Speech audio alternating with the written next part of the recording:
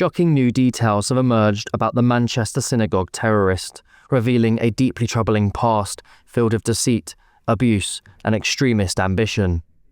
Jihad al-Shamie, the 35-year-old responsible for last week's attack on Heaton Park Hebrew Congregation Synagogue, had a long history of predatory behaviour and disturbing views.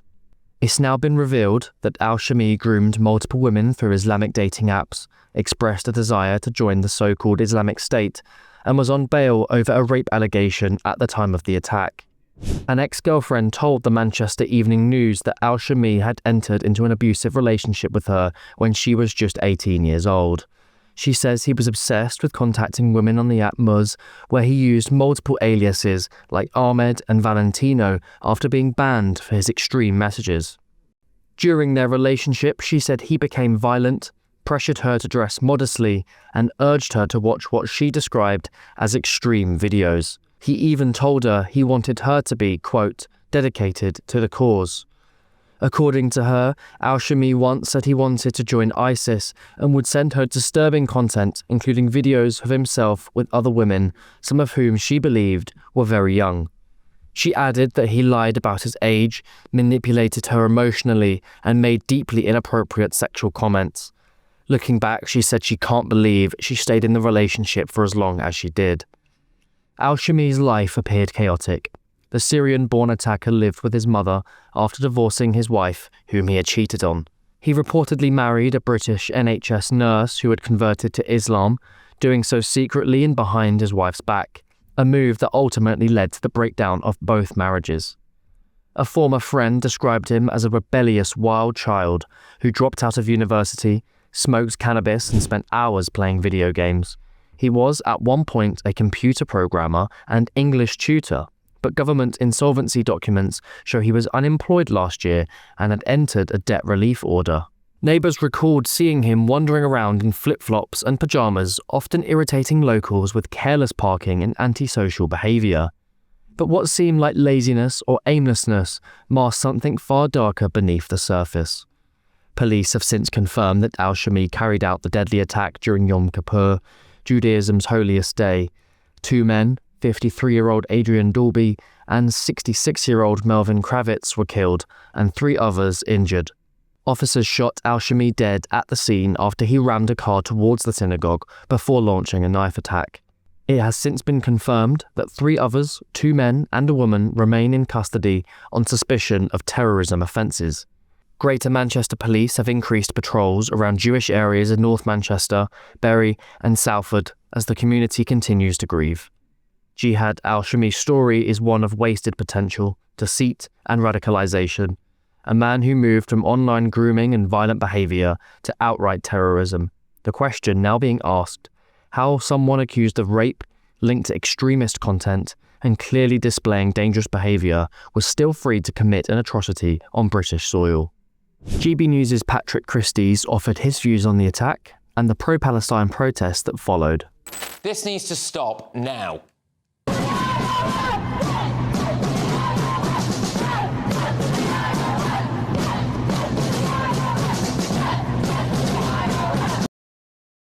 That was Leeds this evening. These people have no shame.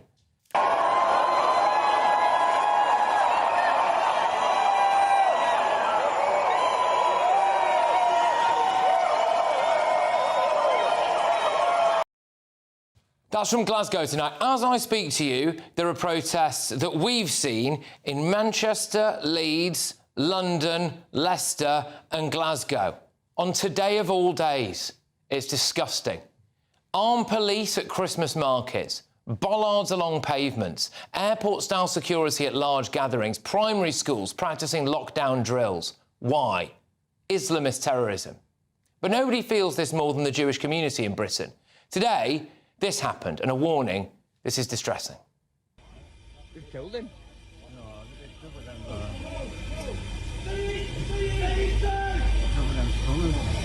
No, hell, they're just everybody else, get back! If you're not involved, move back! Get away! Somebody stay with casualties!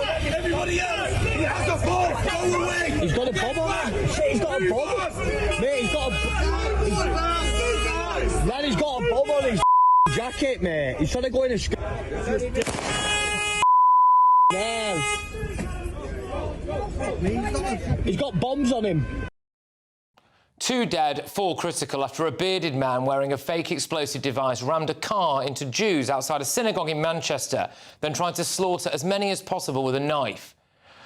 Do you have security at your church? I live near the Islamic Centre of England, where the imam is apparently appointed by the Ayatollah of Iran. Never seen any security outside there. Why do Jewish schools and synagogues have to have security? It's because of how many Islamist terrorists we have in Britain. For me, this attack was very close to home.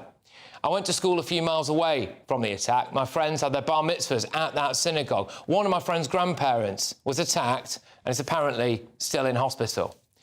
Sir Keir Starmer said the attack was a shock. The attack in Manchester this morning is absolutely shocking, and all of our thoughts are with those affected. I'm on my way back to London. When I arrive, I will chair an emergency COBRA meeting. I spoke to my friends today. It's not a shock. I want to tell you what they told me. We've had swastikas painted at Jewish cemeteries. Jewish shops have been attacked. We have to live with the threat of Islamic extremism every single day.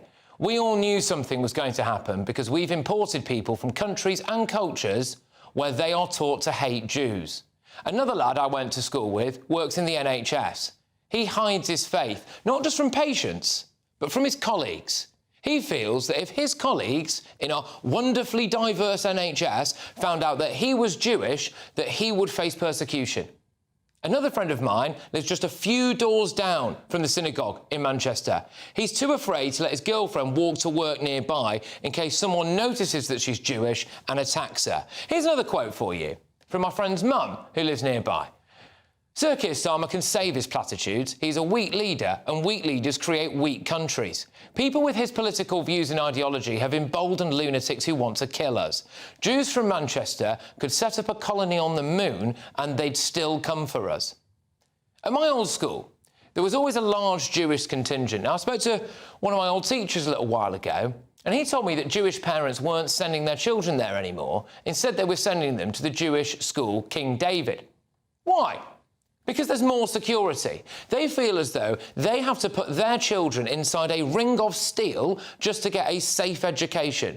When I was at school, there'd be busloads of lads coming from places like Whitefield and Prestwich, very Jewish areas. Now, I never once remember any of them saying that they had to hide their faith, that they had to hide their kippah or their Star of David necklace or whatever.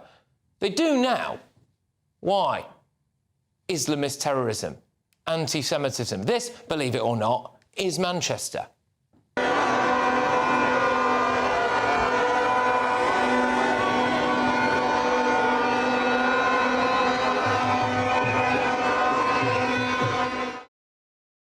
Now, you and I might see footage there of people celebrating Pakistan Independence Day, but one Jewish friend who would describe himself as being, quote, visibly Jewish, told me today that he sees that as a no-go zone. One friend who lives in Crumpsall said to me this morning, "That's it, I'm leaving, I'm taking my family to America. The Jews are leaving, they're not safe, and let me tell you, they are the canary in the coal mine." One more quote for you here, it's just from another mate of mine. "The Jews in Manchester have been here for a long time. By and large, we've all integrated. We pay our taxes, we work hard, and we've done quite well for ourselves. So the Diversity Brigade doesn't class us as vulnerable, but we are. Britain has bent over backwards for the Muslim community. But I tell you what, we've let the Jews down. And I can bring you right now some breaking news. The man who carried out the Manchester Synagogue terrorist attack has been named by Greater Manchester Police as 35-year-old Jihad al-Shamie, a British citizen of Syrian descent. I'll read that to you again. The man who carried out the Manchester Synagogue terrorist attack has been named by Greater Manchester Police as 35-year-old Jihad al-Shamie, a British citizen of Syrian descent. That's his picture on your screens right now. Let's go live to GB News reporter Anna Riley, who's at the scene in Manchester for us tonight. Anna, that's a significant breaking news line there that we're just getting through from Greater Manchester Police, which both names and gives the descent of the attacker. Yes, Patrick, we're now able to confirm the police have said that although no formal identification is yet to take place, the person responsible for today's attacks is 35-year-old Jihad al-Shamie. He's a British citizen of Syrian descent. Police have also said that in relation to the investigation that they're carrying out, that this investigation continues, that 3 suspects are currently in custody. They've been arrested on suspicion of commission, preparation and instigation of acts of terrorism. The ones arrested are 2 men in their 30s and a woman in her 60s. Scenes remain in place, as you can see behind us here. Those scenes are on White House Avenue, Crumpsall and Langley Crescent, Prestwich, which are also linked to the arrests. Police have also said that the suspicious device worn by the attacker during the incident has been assessed and was deemed not to be viable. Police have also said, based on what they currently know, their records do not show any previous prevent referrals relating to the individual. They say 3 other men remain in hospital with serious injuries. One sustained a stab wound and a second was struck by the car involved in this attack. The 3rd man later presented himself at hospital with an injury that may have been sustained as officers stopped the attacker. Police say that they're working to formally identify those who have tragically been killed and provide support to their loved ones. In addition to the wider community, they add as well that they are looking into the motive of this attack as well and finding out further information. And we've been here throughout the day, Patrick, speaking to people in this community and been told that they say that people have been killed here as Jewish people just for being Jewish. Anna Riley, thank you very much. And Anna's going to be at the scene for us as well. So any more developments and we'll go straight back there. Just to recap, the man who carried out that Manchester Synagogue terrorist attack has now been named by Greater Manchester Police as 35-year-old Jihad al-Shamie, a British citizen of Syrian descent. There are 3 suspects currently in custody and have been arrested on the suspicion of commission, preparation and instigation of acts of terrorism. 2 men in their 30s and a woman in her 60s.